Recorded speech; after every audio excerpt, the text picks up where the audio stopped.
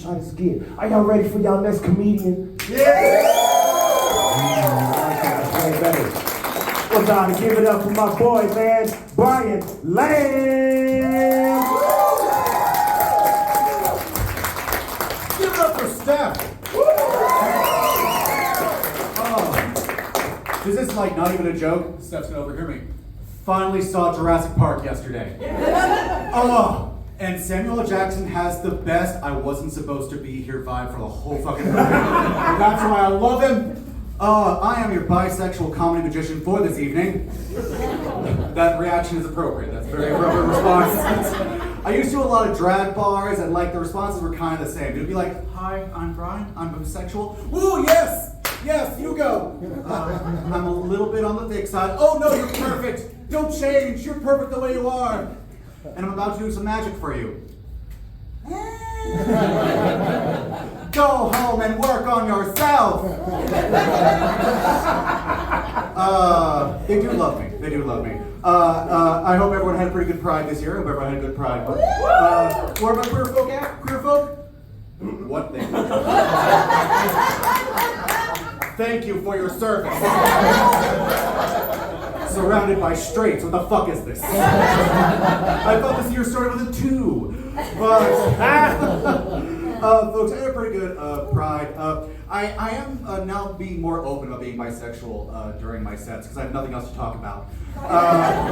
But now I find myself occasionally being the one queer person in the room. And then all of a sudden you become the ambassador for queer people for that whole instant. I'll give you a scenario that happened.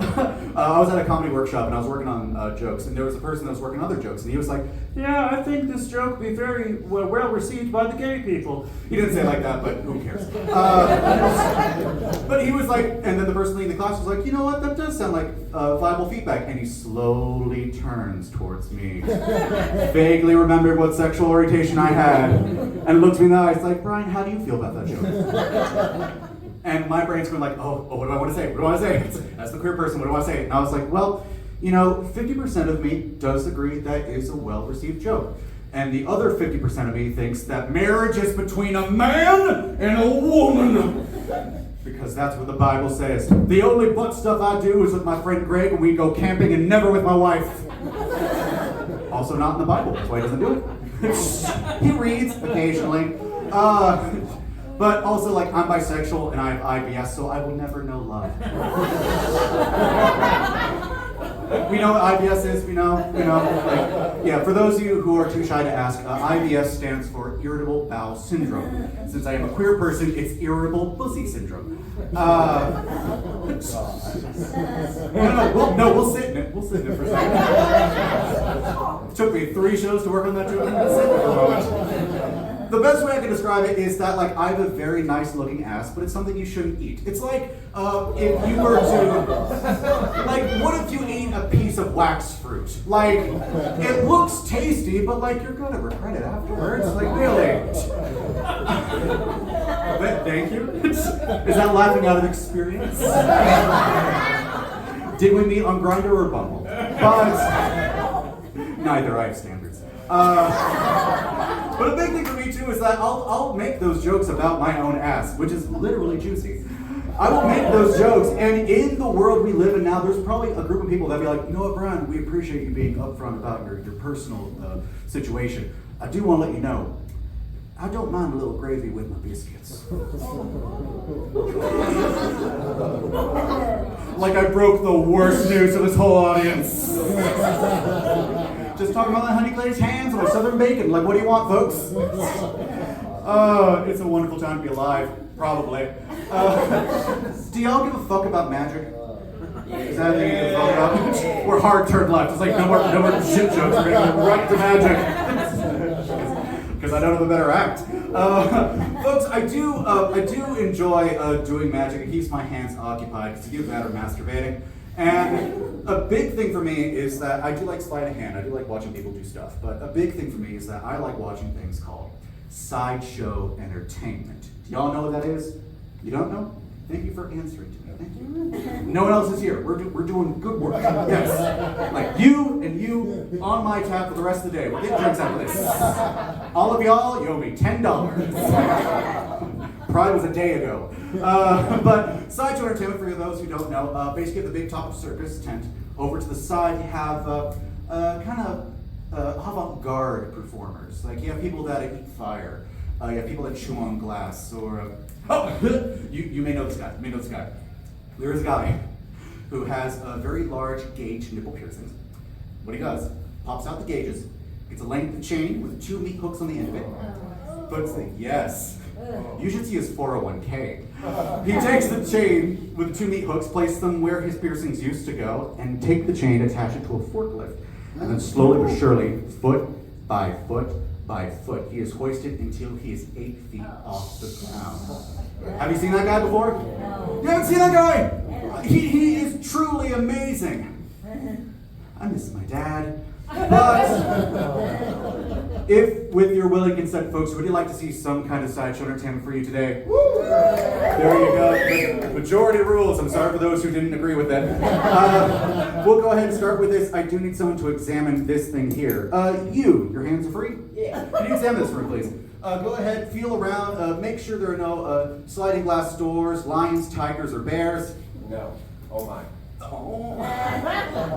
Friend of Dorothy's, thank you so much.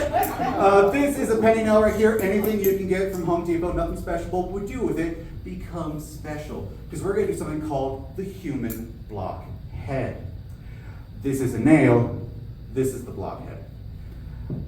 I could have gone to college, could have became a lawyer.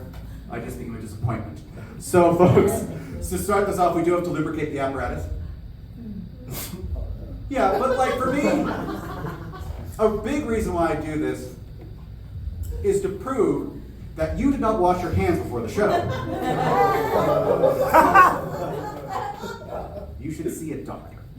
But I should too, but like therapy's expensive.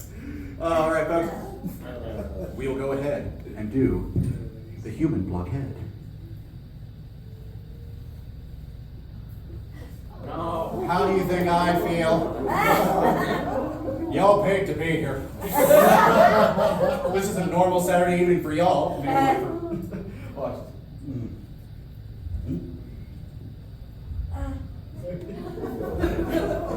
I'm not gonna lie, I get a little kick out of it. I get a little kick.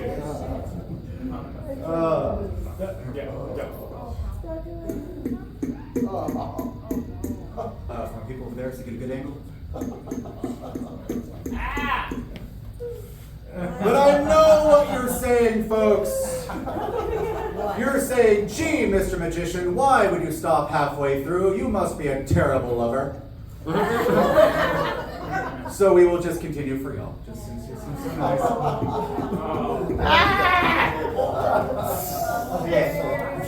So that's it. I like to mention at this time, I am available for birthday parties, weddings, bar mitzvahs, quinceañeras, divorces, funerals. Follow me on TikTok and Instagram. Oh, you're allowed to look at me. It's all good. It's all good. I have 1 minute and 50 seconds left. Y'all doing good today? Y'all doing good? Yeah. It's very anticlimactic, and honestly, the main reason I do this is because I have an iron deficiency. More like an irony deficiency. No one at the New Yorker wants me. You know what, folks? I'll go ahead and get you I don't want you to squirm too much in your seat, so we'll go ahead and finish this up. Like the sword swallower, we'll pull it out, and that'll be the end of my set. We'll have a good time after this. We're gonna have a good time. It's gonna be great. Yes. I'm sorry that your date's clinging onto you like a koala. That you are exactly the people I like for my shows, and I'm sorry that this is not in the brochure before the show. But we'll go ahead and finish this up. Right. I was going to do musical theater when I grew up. I don't know, just wanted to say that out loud.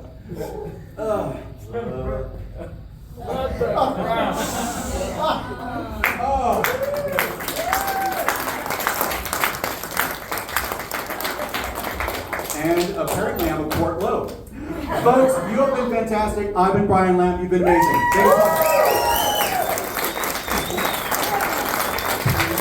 For Bryan Lamb. He nailed it. He nailed it.